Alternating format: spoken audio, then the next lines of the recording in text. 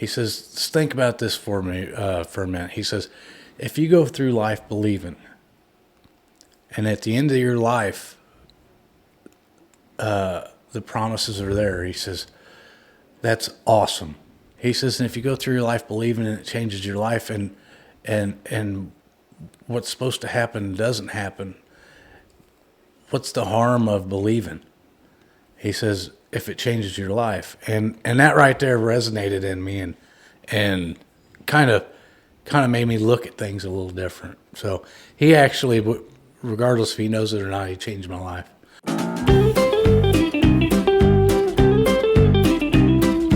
All right, we're back. Episode 5, Something to Talk About podcast. We got our first guest on today. Kyle, I'm going to give you the honors here to introduce him. Big day for the podcast. First time having a guest on. We're glad you came on the podcast today. Kind of share your story. Today we got on Brandon Whitman.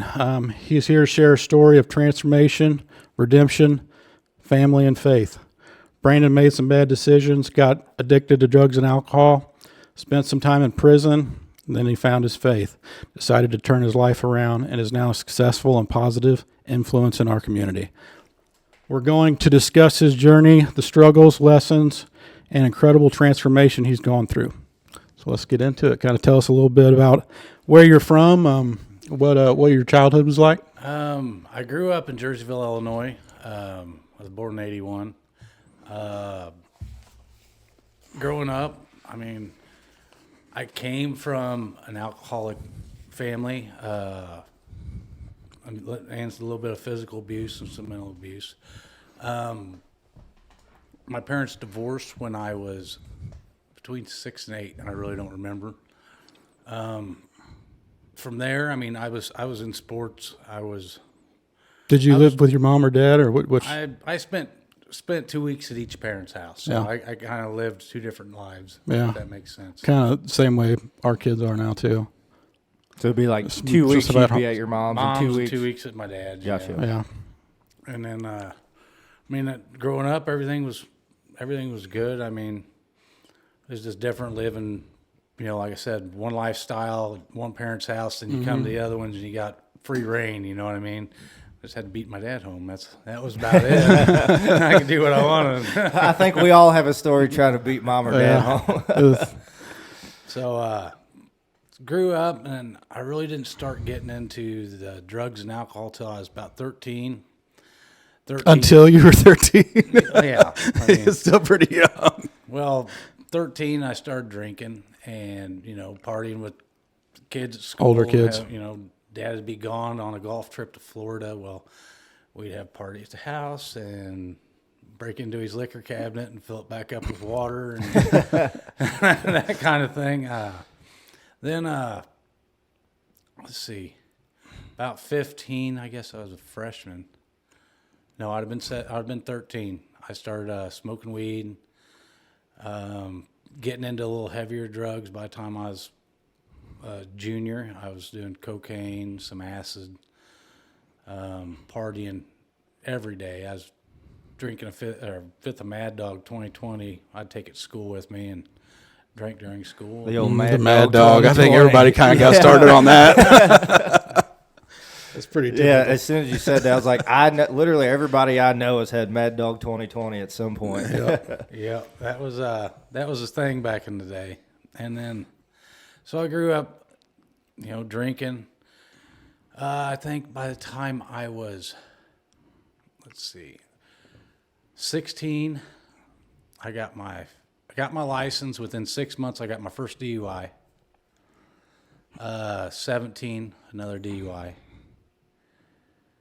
I think at 19, I got 2 more DUIs. Oh, wow. I ended up with 5 or 6 DUIs in total. And I did some county time. I did nights and weekends for 6 months, just when I got work release during that time. Were you living at home still then, or? No, I actually moved out on my own when I was 16. Yeah. So I was kind of a hothead, and the teenager, nobody's going to tell you what to do, and that's just the way I was. And So I moved out on my own when I was 16, and we partied a lot. I mean, that's what we did. That's all how I grew up. There's nothing else to do, let's go out road tripping, and For sure. one thing led to another, and we started getting into worse drugs. And let's see, when I was, I think I'd been 24. Like I said, I was into the drugs. I started doing cocaine and crack and selling cocaine and crack. And I did that for probably 3 years. No, I'd been 21 when I started. So I'd been 24 when everything really started getting bad. I was staying in my dad's apartment. I lost my job. I ended up running from the cops. I got caught with crack. I was on the run, and Crime Stoppers, somebody called me up on Crime Stoppers, and I got caught. Well, they sentenced me to 3 years in boot camp recommendation. So in 2006, let me back up a little bit. So in 2006, the girl I was with had gotten pregnant. A month later is when I got caught by Crime Stoppers and took 3 years with a boot camp recommendation. So my daughter was conceived a month before I went in.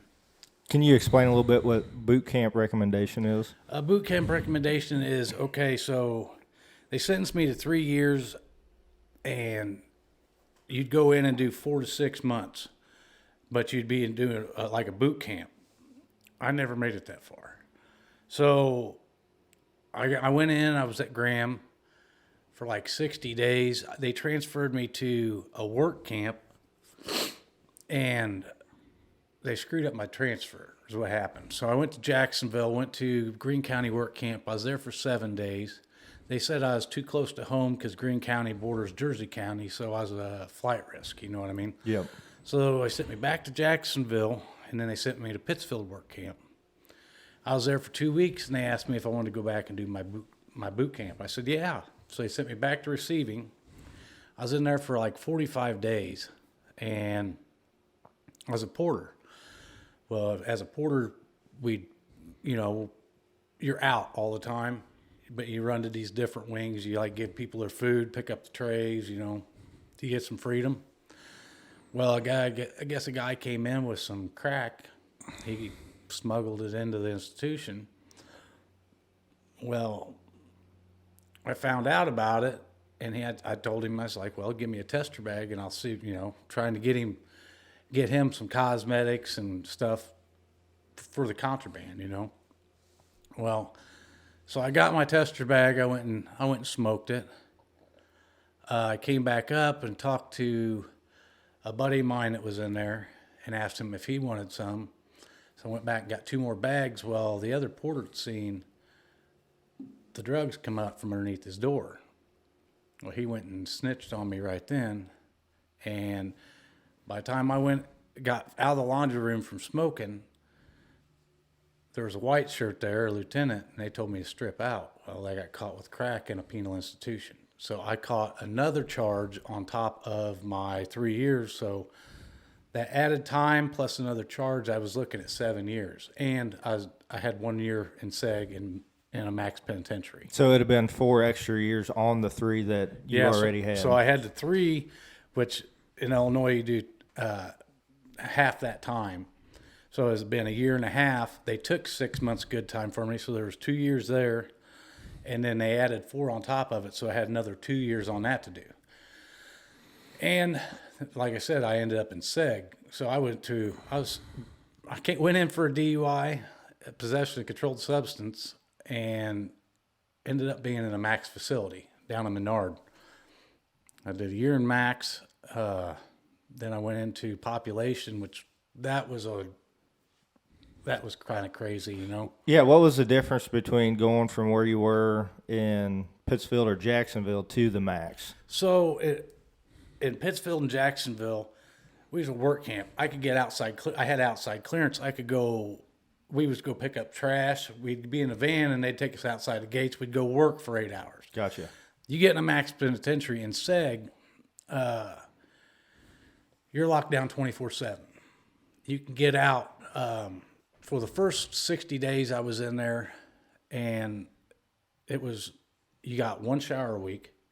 You got everything brought to your cell, no yard. So you're just in your cell the whole time? You're in the cell. So they're in classifying you then. Well, then I kind of went a little AWOL while I was in there, you know. I can only imagine what it could do to you mentally being segregated I'm like in that. a max facility, so I'm thinking I've got to act mean, weird, you know what I'm saying? Yeah. So I went butt naked for 2 months, the first 2 months there. I wouldn't put on any clothes. I wouldn't talk to no COs. I wouldn't do nothing. So finally they brought Orange Crush in on me. Orange Crush is an extraction unit. So they come in, they will mace you, they will beat you up and handcuff you and throw you in another cell. So I fought the Orange Crush, ended up in a cell that had light was on 24/7. I had a pair of boxers and a mattress. That was all I was allowed to have. And on the front of the door is a box. So before you got any food, you'd be handcuffed behind your back. You'd have to get on your knees, stick your hands out chuck hole. To get handcuffed, sit on your bed. They'd put the food in a box. Then you'd grab the food, sit on the bed. They'd handcuff you. Well, I spent 2 months like that in that cell before I decided I was going to get right. I can only imagine what it does to you mentally. I mean, When you're did you have any communication with people at all during the 2 months? Oh, you can yell to people, you know. I eventually got a cellmate because it's bunk beds, but you're in a 5x9. Yeah. So, a 5x9's not very much room, you know. And light on 24/7. Light so was like on. Trying to go to sleep. You'd have to wrap stuff over your eyes, you know. You put something over the light, the guards are going to come tell you take it down, you know. But I did that. So I finally got out of SEG. Did about another 2 or 3 months in a max facility. I was the only white guy on the whole deck. And what's weird about being down at Menard, you'd think, okay, it's a max facility. You go out on the yard, and they got steel baseball bats, bud. In the yard? In the yard. Holy shit. That kind of, you know, when somebody gets stabbed down there, the whole joint would go on lockdown. So you might be out to have freedom. You'd go to chow hall. Like, remember one of the last days I was down there, went in the chow hall, and it was fried chicken day. Well, there was a Latin King and a GD. Well, this GD decided he was going to take the chicken off this Latin King's. What's the GD? Gangster disciple. So they don't get along. Okay, you got to I don't know how to get into prison politics. But, Yeah. you know, while I was in there, I had to click up with somebody. If you're on your own, you can't get by. Yeah. You get what I mean? Yeah. But so he took that chicken off his tray. Well, there started a fight inside chow hall. Well, inside the chow hall, you got guard towers. So they start shooting rubber bullets at you. Did one of those connect to you? No, I was underneath the table, but I can only imagine how fucking crazy that would be. it's a totally different lifestyle. You got to get in a different mental state to be in that. It's not normal. You see it like on a movie or one of those shows like where there's a big fight that breaks out like in a jail or a place like that, and I guarantee you it's nothing compared to actually being there, seeing that shit in real. And the thing about it is, that fight don't just affect you, okay? The whole joint gets locked down. So for 6 more months, you don't get to get out of your cell. You get 1 shower a week. They bring you the food to your door. You're stuck in a cell. You get what I mean? Yeah, just something. One person's poor decision leads to everybody else being punished for it. Correct. And for 6 months at that. Yeah. Holy shit. But I will have to say that being in a max facility was easier because everybody had a lot more time. You didn't have a bunch of young guys on bullshit all the time trying to fight you and do this. It was more laid back. You know, everybody's there wanting to do their time. You know what I mean? Most of the time somebody got stabbed is because gang related. Yeah. You know? I did that. I ended up getting transferred out of that to up on the hill, which was a medium security.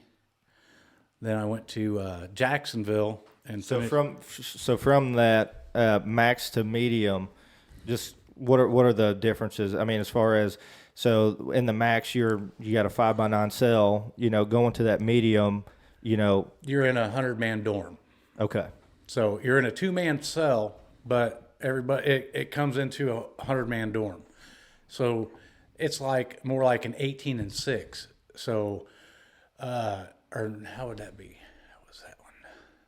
Is that like the medium? Would that be like ones that you would see where, okay, it's got the downstairs, there's people all around, and then you go upstairs and everybody, okay. Yeah, you got it's like a box, but you got cells on the bottom and cells on the top. Gotcha. Okay.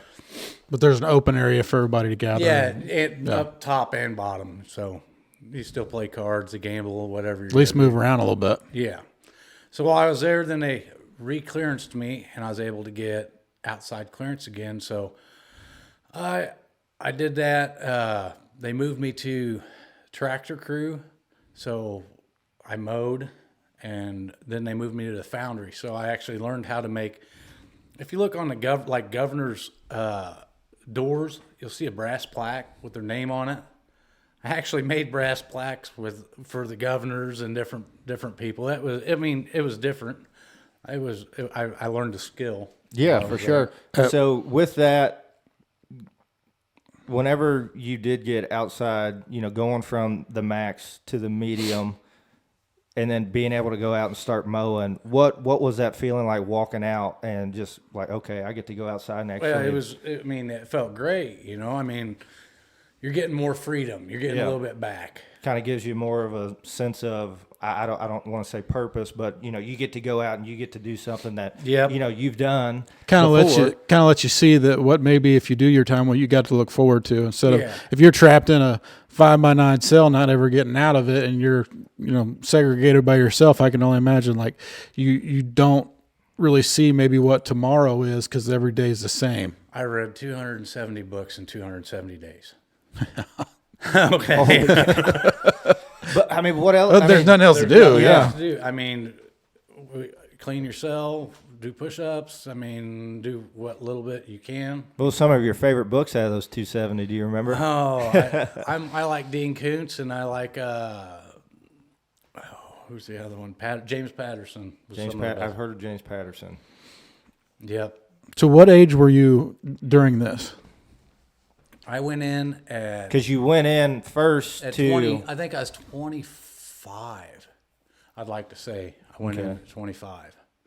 And when I got out, I was getting ready to turn... I was 28 and a half, or no, almost 29, I think. Something like that. So 3.5, 4 years. Yeah, I did. I think I did 3 years, 9 months. Gotcha. So when I finished that, I ended up in Jacksonville, which is it's a minimum security, so it's a different setting altogether. So then you're in a room with 10 guys, and I think there's 5 rooms on each wing. So you got 100 guys, 50 guys here and 50 guys here in one house, and then the CO sits in the middle. But then you get yard and gym twice a day, and you get day room all day. You're not locked down. You got no door. Yeah. You can just kind of come and go as you please. Come and go as you please. All you got to do is sign out. Was that place, would you say, quite a bit safer than maybe the other places were? As far as safer, no. No. because there's a lot of stuff. You got two COs watching these either 100 or 200 people. So what happens in a room can be covered up. Yeah. You get what I mean? Easier to hide stuff. Well, easier to hide stuff. You could get ganged up on by 8 or 9 guys, and then you're on bunk rest for a week. You know what I mean? I figured it might, maybe since, You didn't have to go to chow hall. You could eat out of your box, so they don't really keep tabs on you. They Yeah. just they run and check beds, a couple times a day. I just figured maybe since that the people were closer to getting out, maybe they were a little bit more well behaved. They're actually worse because they're younger. Yeah. If that makes sense. So they always got a smart mouth and always wanting to pull you off into their world. Yeah. A lot more testosterone in the younger joint. What do you think is like? So, I mean, there's always stuff that gets brought into, prisons. How the hell does it all get smuggled in there? I mean, obviously, there's going to be corrupt guards that are going to maybe have something. I'd say a lot of it's guards. Like how I got the crack, that guy actually keistered it, and he brought in a 1/4 ounce of crack through county into prison. Gotcha. So, and the other stuff, like when you go on a visit, they don't strip search your people coming in. They'll pat them down, but not saying that that's how it gets in, but that's Yeah. how it can get in. How it can. The guy that was next to me in Seg, he had, how much liquid meth did he have sent in? He got caught for it. So they mailed it in. He had construction paper sent in, and they liquefied all this meth on this construction paper and then sent him, I think it was 9 ounces of meth into construction paper to him in prison, and he got it. You got to really be thinking to do. I mean, who the hell would think about doing that?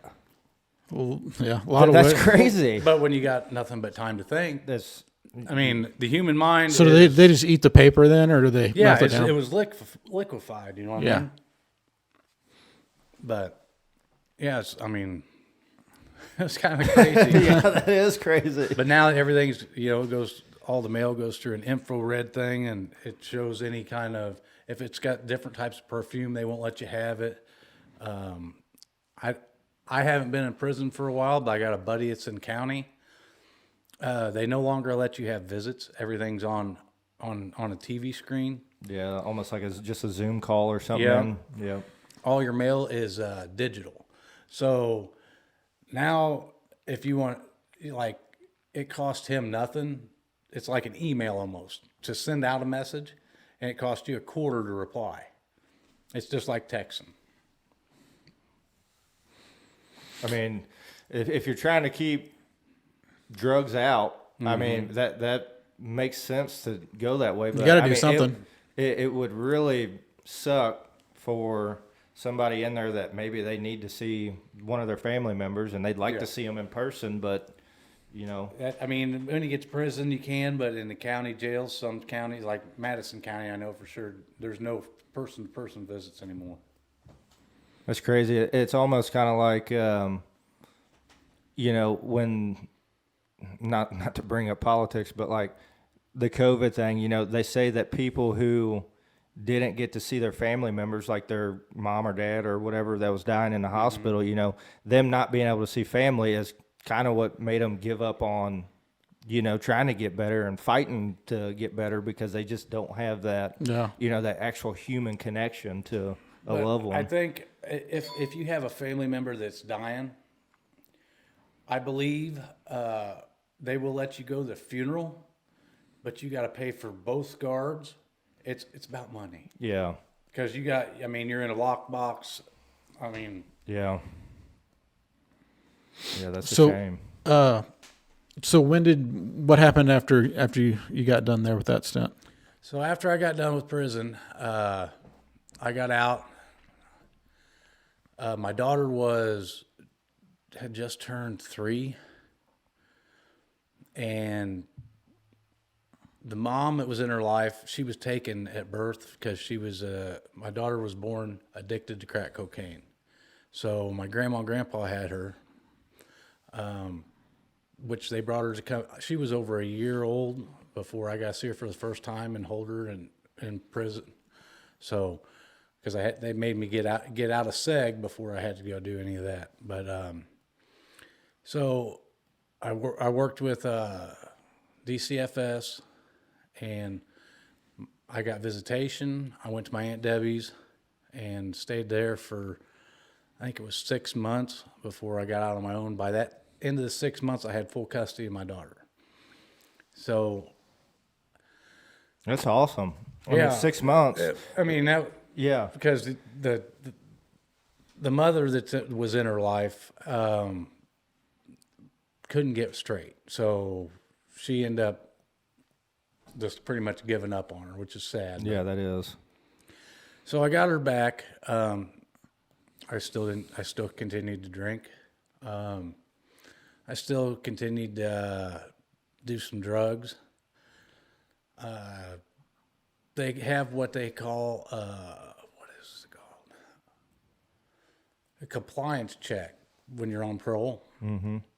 So I was going to work one day, and I was dirty for meth, and they wanted me to pee, and I told them, I said, oh, why waste the cup? I said, I'm going to tell you right now, I'm dirty, but I told them I was dirty for pot. I was dirty for meth. If I would have dropped hot for meth, they would have sent me back to prison. Mm-hmm. So I was on an ankle monitor for 6 months. I could come and go, but I couldn't leave. Like when I had certain hours I'd be able to leave to go to work, but then I couldn't go without 200 yards of the house or something. Yeah. I did that. I met my wife that I have now. We bought a house, and I was working for, I was a union laborer. Everything was going pretty good. I was switched from doing cocaine and started doing meth. Did that until for a few years, and then from there the meth started taking control. I got bumped off a job and decided I was going to start my own company. That went pretty good for a while. I was paying my employees in drugs, and I was manufacturing drugs at the same time. And so little by little, it started destroying my life. I lost my house. I lost my child again. I got her back again by faking piss tests. They got fake pee out of there, and so it went from that to she got taken again. I continued to do drugs. I was on meth for probably, was I 29 to 36? 7 years I was on meth. So what was it that kind of brought you from, I mean, I feel like that's probably just like a step, like you go from, weed or marijuana to cocaine, and then I guess is meth just a little bit, it's got more of a kick, or, kind of what's the steps of that? Okay, so cocaine is kind of a rich man's drug. It costs a lot of money to stay high for a long period of time. Methamphetamines is a poor man's cocaine. You can do one line, of the stuff back in the day, not what's out there today, but you could and be up for 2-3 days. So cost wise, it really don't cost you that much. But you're awake 24/7. I mean, while I was doing meth, the longest I was up for 14 days straight. 14 days straight? 14. Holy cow. Wow. That's a lot of days. I can't imagine what that was like. Just the fact that your body survived that is incredible. I mean, well, and a lot of people doing meth think they're getting a lot of stuff accomplished, but you're not. You're working in a circle. So you'll start a project, but you'll never finish it. You'll go to this project and never finish it. And then by the time you get back to this one, you don't even know where he was. You get what, does that make sense? Yeah. So really, I mean, my dope was free in a sense because I was manufacturing it. So it wasn't costing me a lot of money. I was making money. So I didn't have that problem of looking for my next high. I could always get my next high. So that wasn't the problem. It was, I let myself get out there so far that I lost, like I said, lost my house. By the end of all of it, I'd lost my business. I lost my house. I lost my wife. I lost my child. I was living in a cow pasture in a tent. And I was doing residential burglaries, commercial burglaries. I was stealing cars and cutting them up, selling parts out of them, stripping them. So then that brought me to July 21st, 2017. That's my sobriety date. That's the day that you told yourself that you're done. So at Not that by age, choice.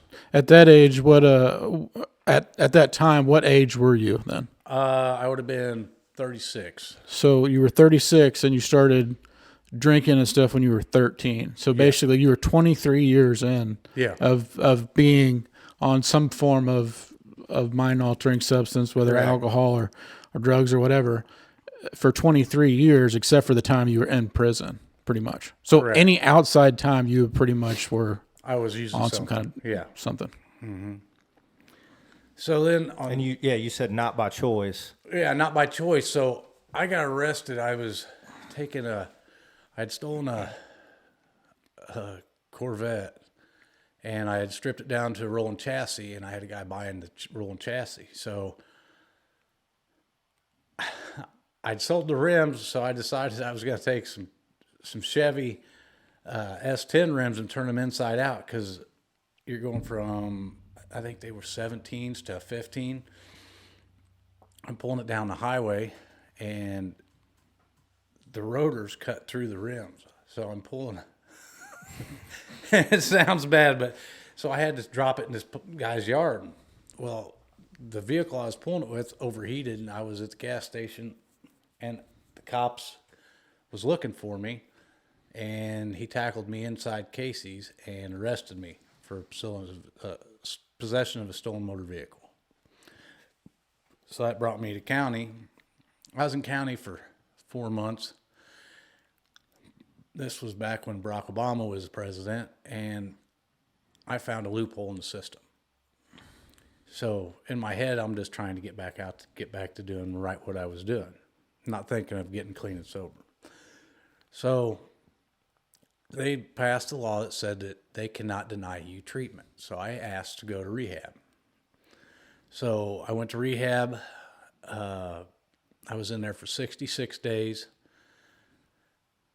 Somewhere along the line, my counselor found out that I was playing the system. And she came and told me, she says, well, I'll just send you right back to county unless you start doing this program. Well, then I started doing the program. And, when I was a kid, I believed in God. When I got off into the drugs, the devil took over me. And I didn't think there was a God, and I was just so not myself. It takes your morals, your values, and it twists and changes them. When you're doing drugs, you're no longer the person you grew up being. Yeah, I can only imagine. So, where was I at?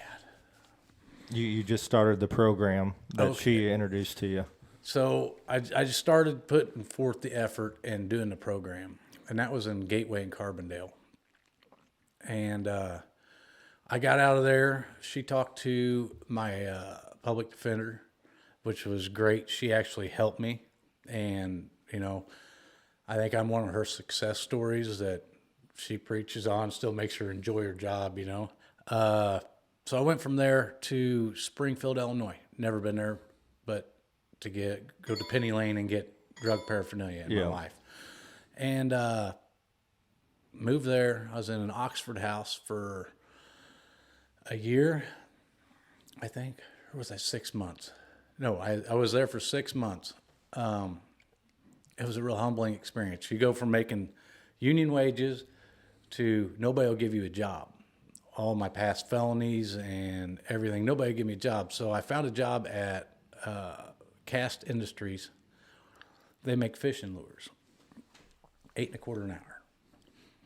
I was bringing home $276 a week. Well, my rent at the Oxford house was $100 a week.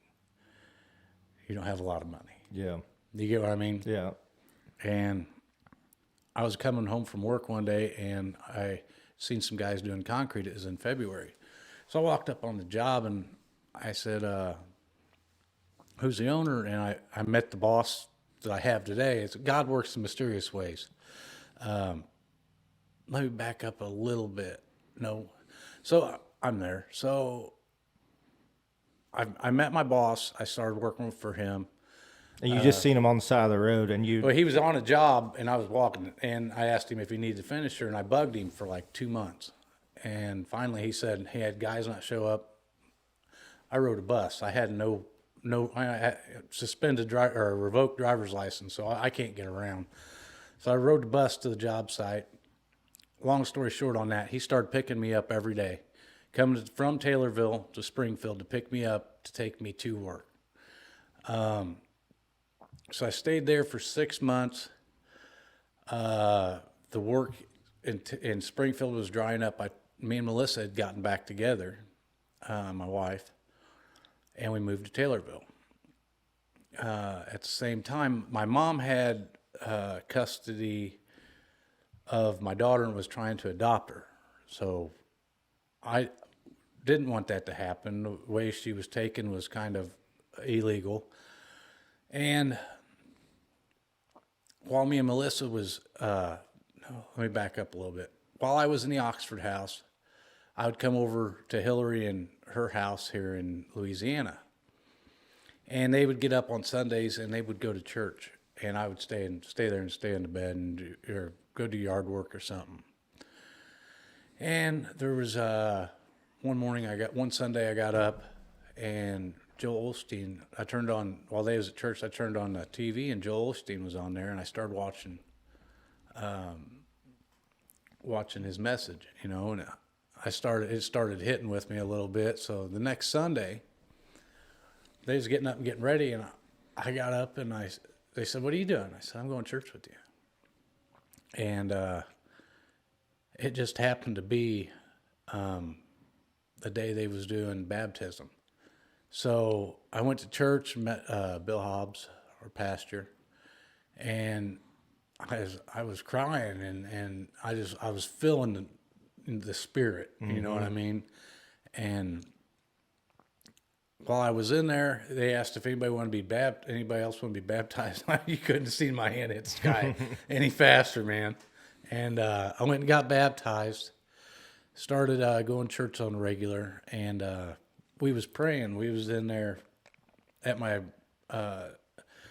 daughter was getting adopted, and it was coming down to it, and they had me up on the witness stand, and we prayed to God before we went in there to let something change, man. And I'm on the witness stand, and the judge says, "I need to see counsel in chambers." And I'm like, "What's going on?" They stopped in the middle of my testimony, and I heard a bunch of yelling coming out of his chambers, and they came out and they said, "This case is dismissed," and I got my daughter back.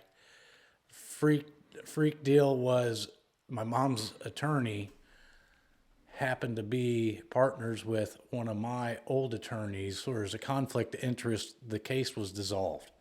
So I got my daughter back, and I think she was in 8th grade by then, and life just started getting better, man. I mean, I can't explain what the power of God can do for you. Yeah, for sure. Man, I love hearing testimonies Yeah, like that's that. pretty powerful. That's deep. That's So, deep. And then for you to, not everybody experiences something like that where, whenever you do pray and, you're praying for something and, it just happens like that. No, that's freaking awesome. So was that the moment when you first went back to church? Was that kind of the moment that did it? You feel like things did it for you, or was there like you said you'd kind of maybe started paying attention a little bit before that? Well, while I was in the Oxford House, okay, this was I was in an AA and NA program. I went religiously like every day. I had a meeting at 5:00 at up in Springfield, and I got a sponsor. And I don't want to give his name out, but we was going through the steps, and he said, "I got to step 4, believe in a power greater than myself." I think can't remember the steps altogether, but anyway, he says, Brandon, he says, what does it hurt to believe? He says, just think about this for me for a minute. He says, if you go through life believing, and at the end of your life, the promises are there. He says, that's awesome. He says, and if you go through your life believing and it changes your life, and what's supposed to happen doesn't happen, what's the harm of believing?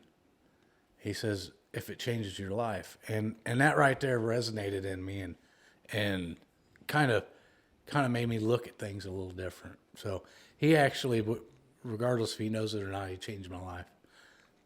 Yeah, because you look at the messages, even the 10 Commandments. You look at those, your life is going to be changed for the better if you can follow those even a majority of the time, not Right. even all the time. Mm-hmm. You look at all those messages. If you can just, nobody's perfect. Nobody's ever going to be perfect. There was only one perfect person to ever walk the earth, and. Correct. If you can just follow those steps, even remotely close, we're all sinners. Yeah, you just gain so much more as a person. Oh, I agree 100%. So, what if you could have, just saying for somebody else in the future, if you could have been introduced to something like that a little bit sooner, do you feel like that is something that maybe that as a society need to look in a little bit farther? I'm going to say no, because I was introduced to, I've been to rehab 2 or 3 times. It's all on an individual basis. Just waiting on the right time for you to be ready. If you ain't ready to put forth the effort and you ain't ready to change, you're not going to change. It's when you're at that bottom, man, and everything hurts and nothing's getting better. Give it to God. That's all I got to say. So, because what's keeping you sick is one little thing that you're holding on to. Mm-hmm. It could be a resentment. It could be, in my case, it was me holding resentment against my family, my mother and father, for some of the upbringing I had, and I just couldn't let it go. When I finally let it go, I was able to get better.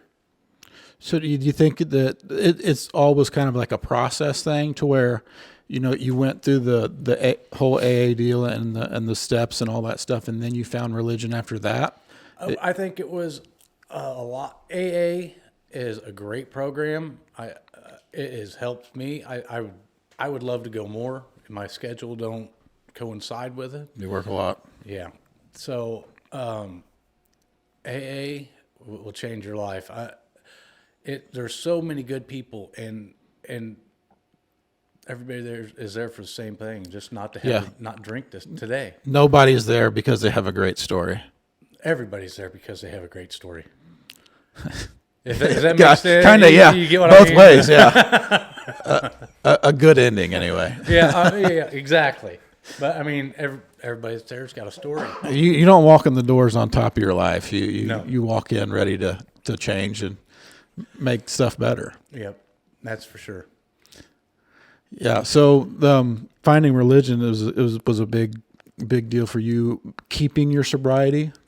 Yeah, I keeping my sobriety like now, going to church on Sunday, and to be totally honest with you, fishing and hunting is that keeps me sober because I can go out in a tree stand and I don't care if I kill a deer. I don't care if I see any deer. Yeah. I mean, It's I'm out here witnessing his creation and hearing the birds start chirping. It's first thing in the morning, or the squirrels barking, or get to see everything come to just- life. I've seen some really, really neat stuff I would never have seen drunk or high. A hawk coming down through briar bushes to get a squirrel. I mean, Yeah. it's you just see stuff that you never see. That's kind of what Kyle and I have talked about on a previous podcast, and we've had so many conversations, and I've talked to a bunch of people. It's not even going out. Don't get me wrong, going out and shooting that big buck is nice, but it's the connection you have with nature that's so therapeutic. Just sitting in a deer stand, being out in you aren't on your phone. I don't know where you hunt, but I have no service where I'm at whenever I hunt. So you are completely disassociated with everything, and it's just you're out there. I mean, this year I was at my dad's, and twice I had a bobcat within 40 yards. I mean, and that's something you don't see every day. So did you grow up hunting and fishing? I didn't start hunting and fishing until I got clean and sober. I grew up fishing. I didn't start hunting until I was clean and sober. Yeah, sitting in a tree or blind, whatever you're doing, even just walk. I mean, it's just so therapeutic for me. We've talked about it before. It is spiritual. Like you can feel it when you're out there. Yeah, for sure. you can't explain it unless you're. It's one of those things that you can't explain. You can talk about like what you see and what you feel, but you can't really explain it and put it into words the correct way until you're actually out there experiencing it yourself. I keep a pocket Bible in my backpack. Everybody's got a Bible. Yep. You got phone. Your Bible works if you got service or not. Yep.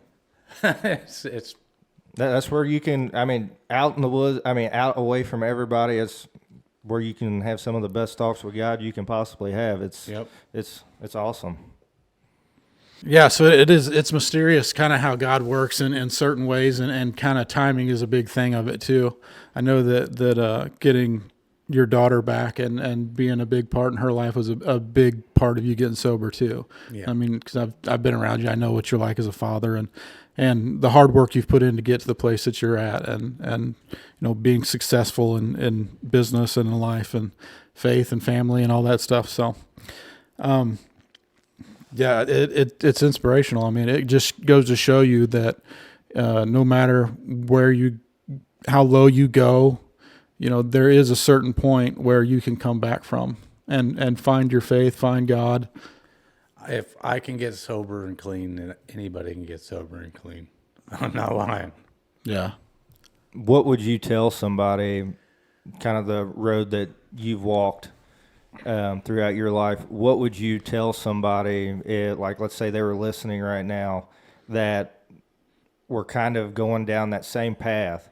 What's a couple things, or just one main thing that you would tell them, to try to get them to turn around? I know there's a lot of things you could probably tell them. The main thing I'd say, if you don't enjoy the way your life's going, and you think that it can always get worse, man. If you want something different, step out and ask for it. Closed mouth don't get fed. If you need help, ask for help. There's lots of free programs out there, man. I mean, in Taylorville, they got the Safe Passage program where your life's starting to go down the toilet and the drugs got a hold of you. They will grab you up, no charges, no questions asked, get you a bed in a recovery home. to get you starting to see straight, so you can start to getting your life back. I mean, there's lots of great programs out there.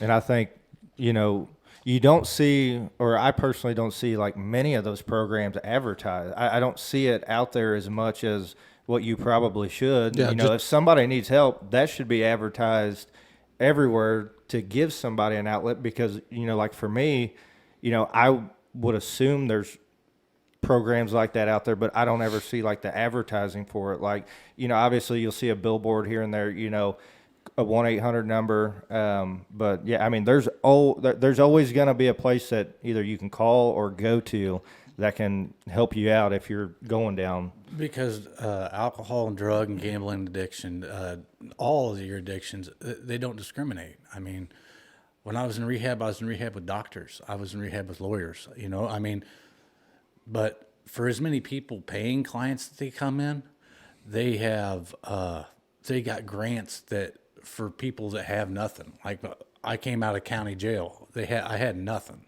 When I came out of there, I had a pair of shoes. I went to what I had went to county, and that's what I had. I lost everything. I started completely from scratch at 36 years old.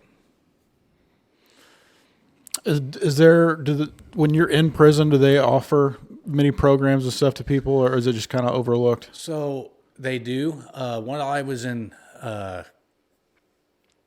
I was in Jacksonville, I was in Civigenics, which is a drug program.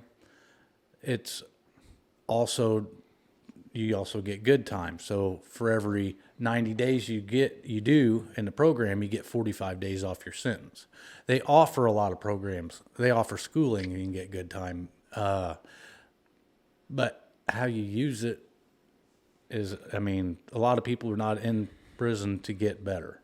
Yeah, and that's kind of the thing. Like when you're in that environment and in that mindset and surrounded by all those people that don't have the right mindset, that are just kind of, they're lifelong criminals, and if you have grown up that way, and their families did, it's really hard to get yourself in the right mindset to want to get better.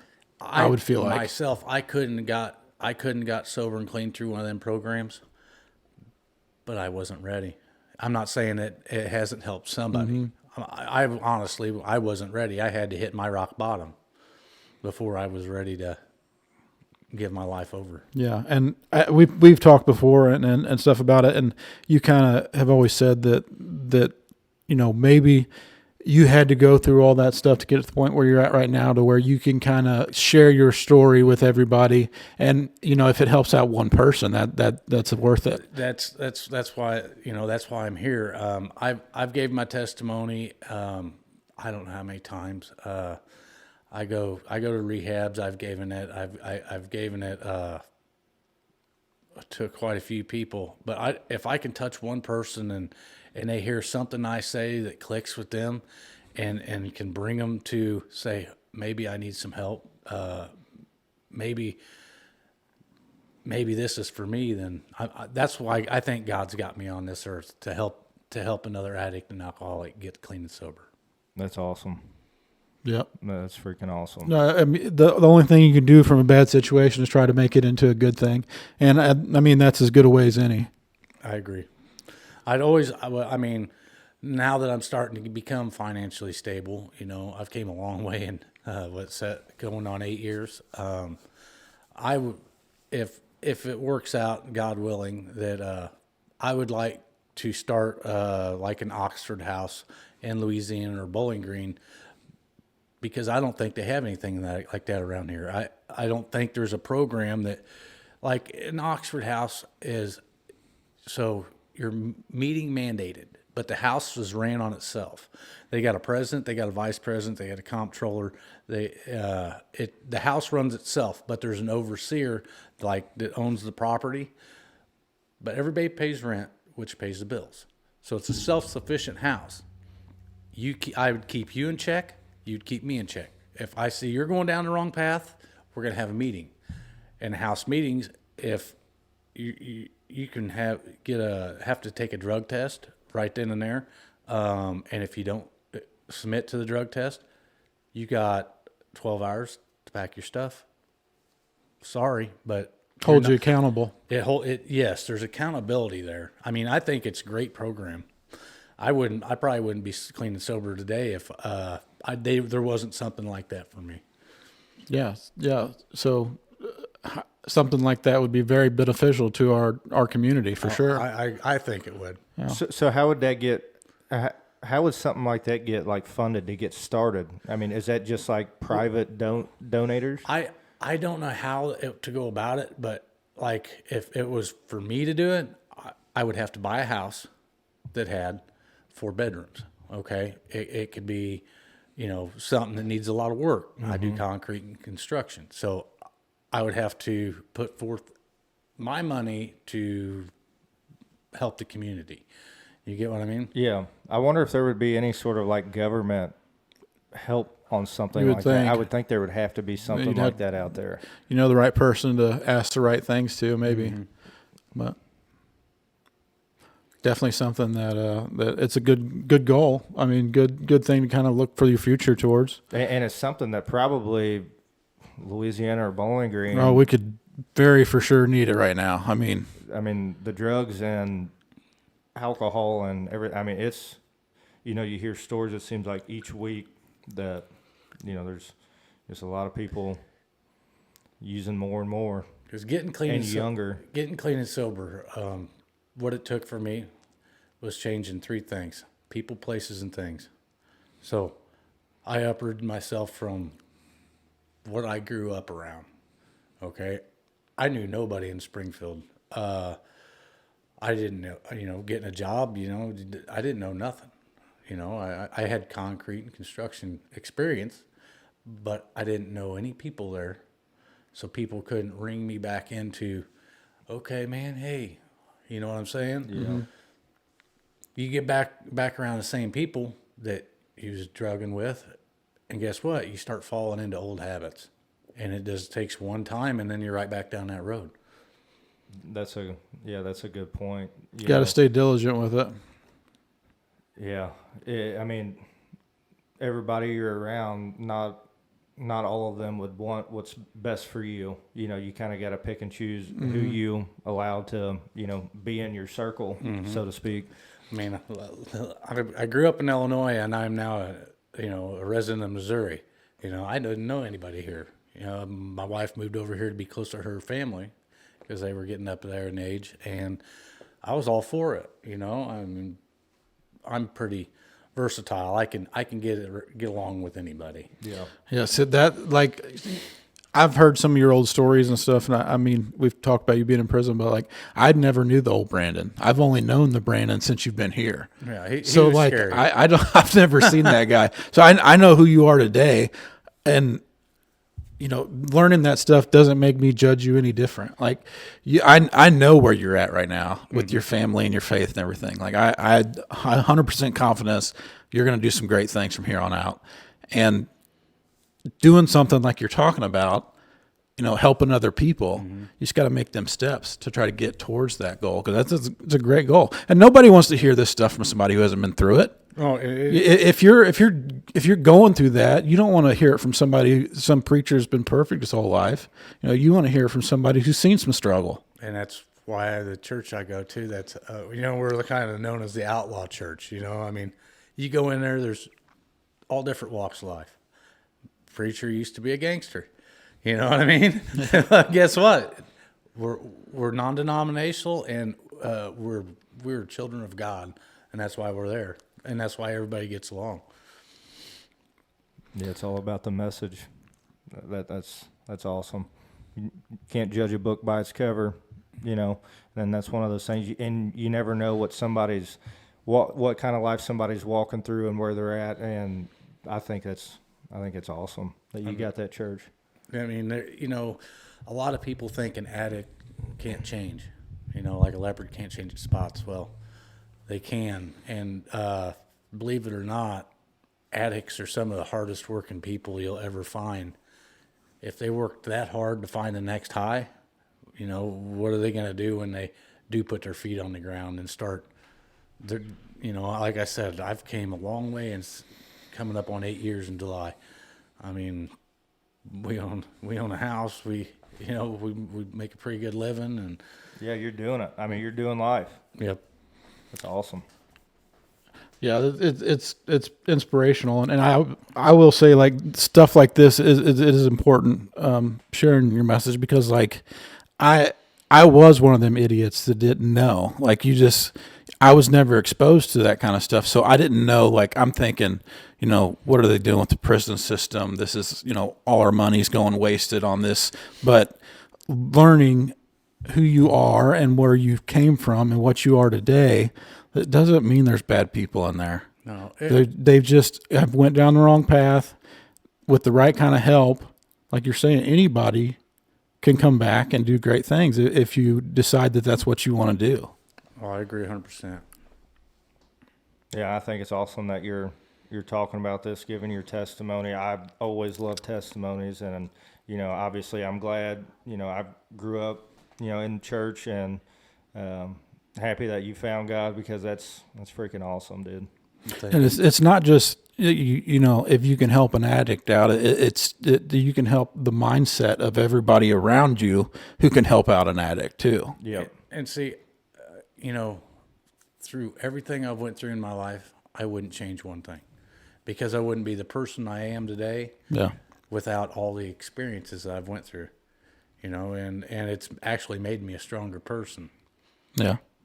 Well, and I know you got a great kid too, so you've done some things right along the way. If you could go back in time and say something to your younger self, what would that be?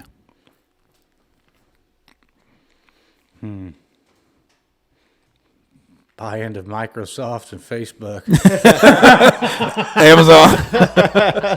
No, I would probably say, man, everything's going to be all right. Because God works in mysterious ways, bud. Just keep your faith. Mm-hmm. Keep moving forward. Buying into Microsoft, Facebook. Yeah, I think if everybody could have seen that coming, everybody would have put all their eggs in them baskets, but just so happened it didn't work out for any of us in that one. Yeah. And, just kind of spitballing here, being able to do something to get people maybe in towards the wildlife side of things, maybe doing some kind of a program where people are exposed to that kind of stuff more than they are right now. That could be something, because you talked about how being in the outdoors and hunting and all that stuff has kind of helped you with your sobriety and changed your life. It could do that for other people too. It most definitely, because, even during the off season, I'm worried about putting food plots in, Yep. It keeps me busy instead of, what am I going to do? When you get bored, you start falling into bad habits. Yeah. Regardless, whether it be laying on the couch all day, and one thing leads to another. If you're not active, when you're active, your mind's active, and you don't think about all the other stuff you could be doing. Yeah, so you're really getting into and loving the habitat, seeing what kind of food you can help produce for all the wildlife on the properties. And that's one of the things that, we love more than hunting. You like going out, right now a big deal is like turkey population is low in Missouri, and up here in pretty much the Midwest in a lot of counties, going out and kind of like how you were saying earlier, frost seed and clover, doing all these little things that get you outside, get you outdoors, you're breathing that fresh air and you're actually helping out, God's creation. It's awesome. It's awesome. Yeah, I think your average person, when they think about hunting or think about hunters, they think about you killing an animal. That is literally my least favorite part of hunting. Like, I like everything else besides that. And not that I'm against it, but I'm just saying, like, everything that leads up to the kill is the best part of all of it. It's a process. Yeah. And all the steps you got to take and all the years those steps, take to get to a certain point where you can, let's say, you got a 2-year-old that, you do all this work for 3 years specifically for that deer. Mm-hmm. It's that thing that we love to do. And, It's there's Yeah, nothing and like it. it's not just the overnight deal like you're saying. There, you It's put not like you just go outside and you shoot the deer and you're done. No. That is not at all. And if somebody has that kind of property, they can do that. I don't know who the hell's got it, but it sure as heck. and ain't it's me. not like you can just go out there and put in a food plot. And the next year you got this big beautiful food plot. Like it is a process too as well. Well, You're taking care of your woods because guess what? Your first food plot's gonna be full of weeds. You ain't a kidding. And you know what? It is like on my property. This time of year, deer ain't got much to eat. Okay, so if you got something, you're helping them, your genetics. You know, I might not see any improvement in our deer for 6-7 years, but then guess what? They might start bigger antler growth, and you know, Yeah, they're gonna get having more Yeah, babies. yeah. You know, bigger, stronger over time. But Yeah. you know, managing the right deer, shooting the correct deer, shooting the ones that need to be out of your population, and killing the big ones that you want to breed also. So Yeah, making those first steps now is only going to benefit you and your quality and everything, years to come down the road. you don't shoot that 140-inch 3-year-old. You want that deer in there breeding. You save him till he's 170-inch 5-year-old. If they grow. I've been having issues with them Yeah. not growing for Well, 2-3 years. That's everybody around here. That drought has been rough. It has been rough. So what? I need to hear this story about. What was the deer you killed? Was it this past year or the year before? the biggest one I shot a good one this year, but it was 2 years ago. I shot one with an eye guard. He's probably what, a 5-year-old deer. Mm-hmm. And man, it was one of them mornings, man. Deer cast said bad. Guess what? I'm sitting anyway. The wind's good. And I was up there talking to God. And next thing you know, out of the corner of my eye, I see him coming in, man. It was October 9th, and he's making a fresh scrape. And I mean, You got him early then. yeah, it was October 9th. And he walked 15 yards in front of me. Straight broadside. Couldn't draw it up any better. Oh, no. It was great. It's weird how it works like that sometimes, because sometimes you're like, I did everything perfect and I still didn't get the deer killed. Yeah. And then sometimes it's like they just throw them in your lap. They're like, here, I kill never- this one. That was right. That was right before I started getting into the cameras, and I'd never seen that deer before ever. I'd hunted that property for 2 years, never seen that deer. When you get into the running the cameras and managing your herd, it is kind of another addiction, because It is. you do get addicted to growing them deer up and watching them over time. You'll wake up in the middle of the night and just whatever, something's going to wake you up and you're going to look over and you're going to see that phone light on and you're going to look over. Oh, let me go ahead and scroll through my phone here and check all these pictures before I go back to bed. It's addicting. Gosh, it's addicting. There ain't nothing better than when you check your cameras for the first time, that 3-year-old that you passed the year before, he's back and bigger, and that's when you really start getting into it. Now, see, I ain't blessed with a bunch of big property that I can hunt. We got a couple small parcels, but at my dad's, it's only 22 acres, but it connects 4 runs of woods. So it's all travel corridor, Yeah. 7-foot tall weeds. Yeah. You know, I mean, so you only got certain locations you can put a stand, but I see deer. You're in there. Yeah. You're in there at the right time. There's going to be deer traveling through there. There's no doubt about it. Especially if it's connecting all that, that's almost like I don't know if you'd call that just almost like a pinch point where they all come together. Yeah, there's a lot of public ground stuff too. If somebody doesn't have any access to hunting property, there's all kinds of public hunting ground. I hunted it. I the whole time I was growing up, we had a farm out there that we hunted, and I'd go to the public ground because sometimes it was better. Yeah. So there is good public ground to hunt too.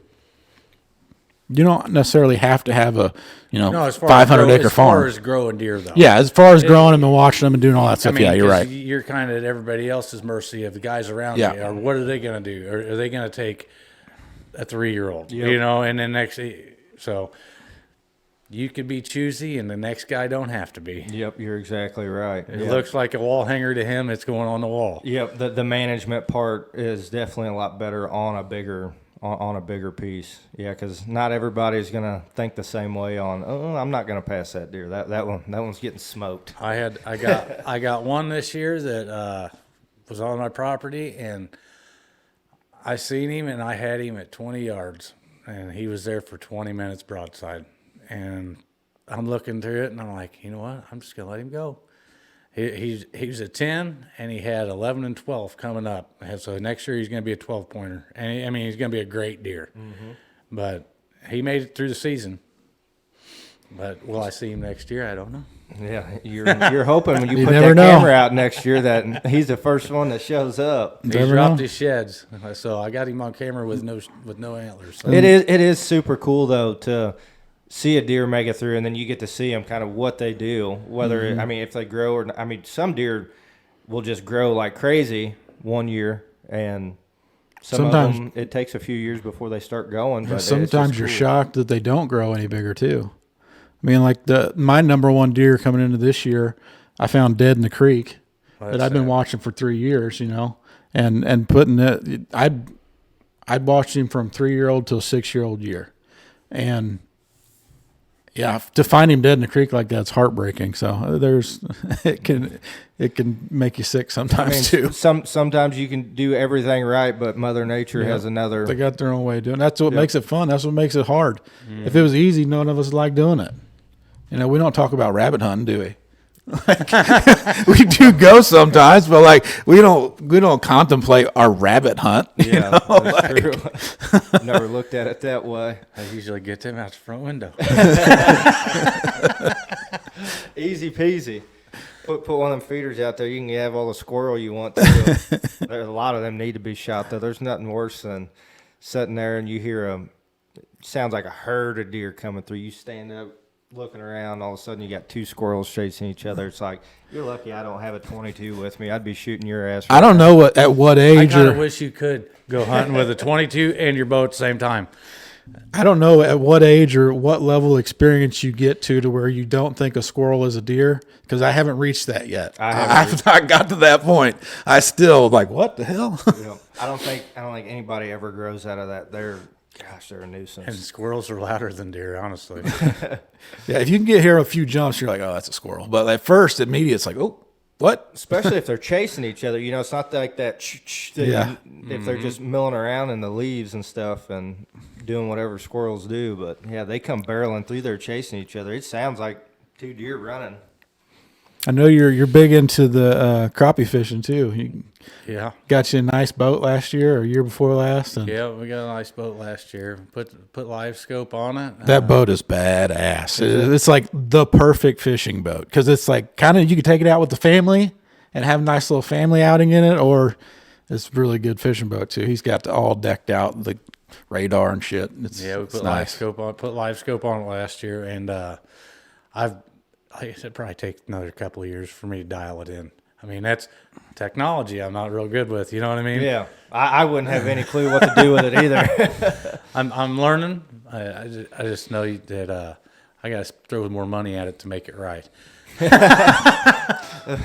What do they say? Yeah, just throw some more money at it. Typically, that'll make it a little bit better. But yeah, with the technology, I wouldn't have any clue where to start on any of that. I just go out and throw the line in the water and see what happens. Well, we caught a lot of fish off it this year, but mine's connected to the trolling motor when you're on spot lock. So that spot lock's running you, stay in that same spot. Well, when your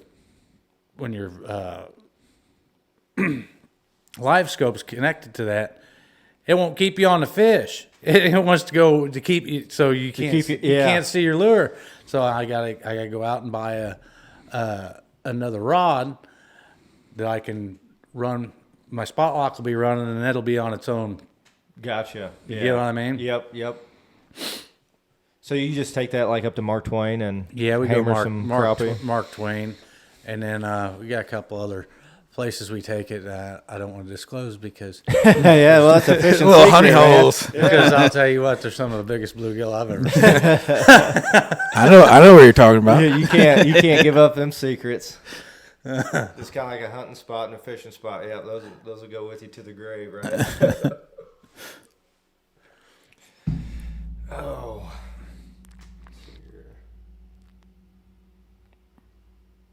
Well, we're at an hour and a half.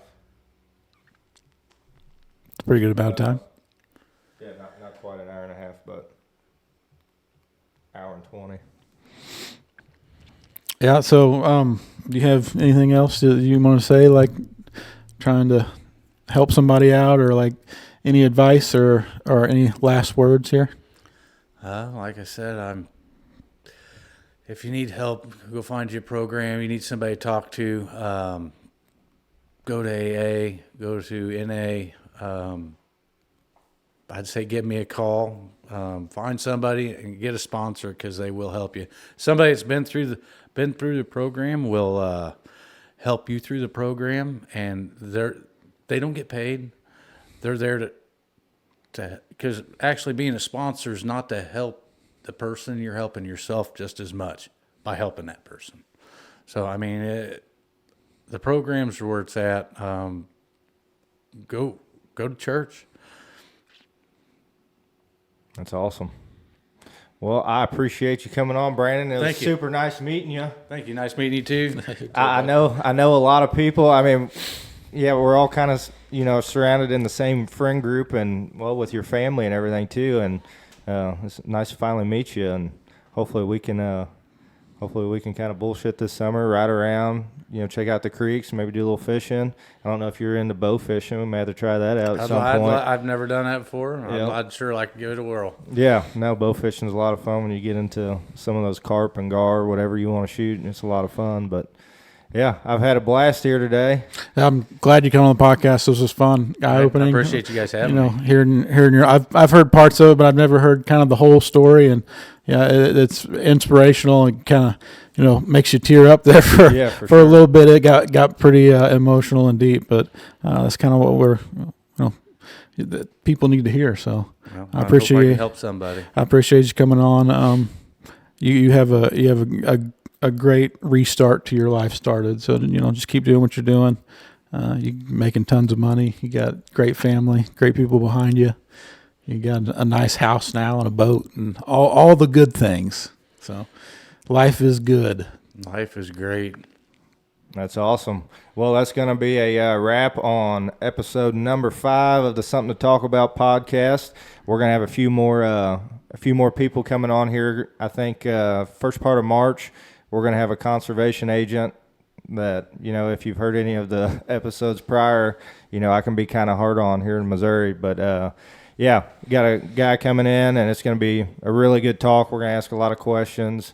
And then after that, we got another banger coming up that everybody's going to love too. I'm super excited for that one, and just looking forward to getting this one released for sure, because this is an awesome testimony by Brandon, and just everything positive about it. I mean, it's just awesome to hear stories like this and kind of see where he was at and where his faith kind of led him. So super awesome to hear that from Brandon, and yeah. We'll be coming to you live hopefully next week again. Yeah, we haven't really promoted anything out yet. Nobody really knows about the channel. I think that this is going to be the first major thing we really put out there for people. We just kind of shared around some family and friends. We got our YouTube page, Something to Talk About Official. If you look up Something to Talk About Official, no spaces, that should take you right to our stuff. And if you want to share it with anybody else, please feel free, get the word out and kind of share this on whatever platforms we put it on, and give us a like and subscribe if you enjoyed this content. We're going to try to bring you stuff regularly. Like Corey said, we got some great guests coming up. One of them is an astrophysicist. Yep. It's a pretty big deal. That's going to be high tech here in Frankfurt. Yeah. Going to learn about the outer space and all the things. She's a part of the UAP task force. Yeah. She's a medium.